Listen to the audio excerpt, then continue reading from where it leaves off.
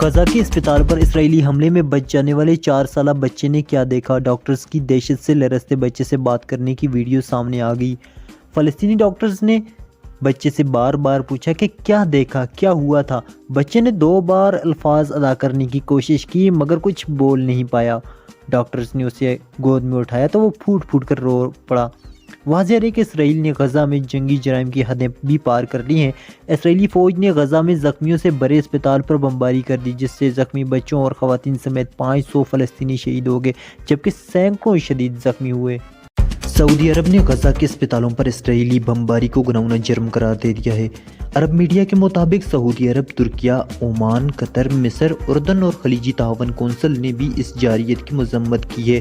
سعودی عرب کی جانب سے کہا گیا ہے کہ اس وحشیانہ حملے کو 2 ٹوک الفاظ میں مسترد کرتے ہیں۔ یہ حملہ بین الاقوامی انسانی قانون سمیت تمام بین الاقوامی قوانین اور اصولوں کی صریحاً خلاف ورزی ہے۔ سعودی عرب نے کہا ہے کہ اسرائیل نے متعدد بین الاقوامی اپیلوں کے باوجود شہریوں کو مسلسل حملوں کا نشانہ بنانا جاری رکھا ہے، جو قابل مذمت ہے۔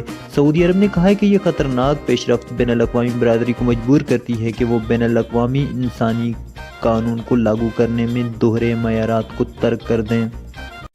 چیئرمین پی ٹی آئی کے بیٹوں کے ساتھ ٹیلی فون پر بات کروانے کی درخواست پر سماعت ہوئی۔ خصوصی عدالت کے جج ابو الحسنات ذوالقرنین نے کیس کی سماعت کی۔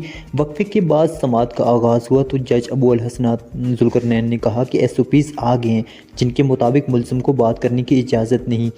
میں پھر بھی جیل مینیو کے مطابق ٹیلی فونک گفتگو کے معاملے کو دیکھ لیتا ہوں۔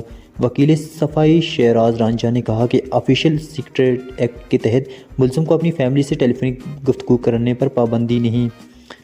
پرزنر رولرز کے مطابق 12 گھنٹے اہلیہ اور بچوں سے جیل میں ملاقات کروانے کی اجازت ہے۔ دیگر ملزمان کو ٹیلی فونک گفتگو کروانے کی بالکل اجازت ہے۔ جج ابو الحسنات ذوالقرنین نے کہا کہ مجھے جیل مینیو میں بیرون ملک بات کرنے کی اجازت تحریر دکھا دیں۔ شہراز احمد رانجھا نے فیڈرل شریعت کورٹ کے فیصلے کو عدالت میں جمع کرواتے ہوئے کہا کہ جیل مینول میں اجازت نہیں ہے، لیکن فیڈرل شریعت کورٹ نے اس حوالے سے فیصلہ جاری کیا ہے۔ جج نے کہا میں آپ کے حق میں کہہ رہا ہوں، میں ٹیلی فونک گفتگو کی اجازت دے دیتا ہوں۔ سپرنٹنڈنٹ اڈیالہ جیل کو ہدایت جاری کرتا ہوں کہ چیئرمین پی ٹی آئی کو بیٹوں سے بات کرنے کی اجازت دی جائے۔ جج ابو الحسنات ذوالقرنین نے اوپن کورٹ میں درخواست پر فیصلہ سنایا اور کہا کہ میں چیئرمین پی ٹی آئی کو بیٹوں سے ٹیلی فون پر بات کرانے کی اجازت دیتا ہوں۔ عدالت نے جیل سپرنٹنڈنٹ کو اپنی نگرانی میں چیئرمین پی ٹی آئی کو بیٹوں سے ٹیلی فونک گفتگو کروانے کی ہدایت بھی جاری کی۔ پاکستان بار کونسل نے کل فلسطینیوں سے اظہار یکجہتی کے لیے ملک بھر میں پرامن یوم احتجاج منانے کا اعلان کر دیا۔ پاکستان بار کونسل کا کہنا ہے کہ بے گناہ فلسطینیوں کے خلاف اسرائیلی جارحیت کی شدید مذمت کرتے ہیں۔ بار کونسل نے کہا ہے کہ فلسطینی عوام کو مسلسل جارحیت اور فضائی حملوں کا نشانہ بنایا گیا۔ تنازع کے پرامن اور منصفانہ حل کی ضرورت ہے۔ حکومت بے گناہ فلسطینیوں مسلمانوں کے خلاف مظالم بند کرانے کے لیے بین الاقوامی سطح پر فوری اقدامات کرے۔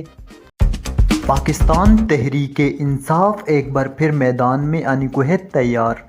پاکستان تحریک انصاف نے ورکرز کنونشن کے لیے پشاور کے ضلعی انتظامیہ سے دوبارہ اجازت مانگ لی ہے۔ زیر general secretary P T I نے ضلعی انتظامیہ کو درخواست دی ہے۔ پی ٹی آئی کی جانب سے دی گئی درخواست میں کہا گیا ہے کہ 20 اکتوبر کو ورکرز کنونشن کی اجازت دی جائے۔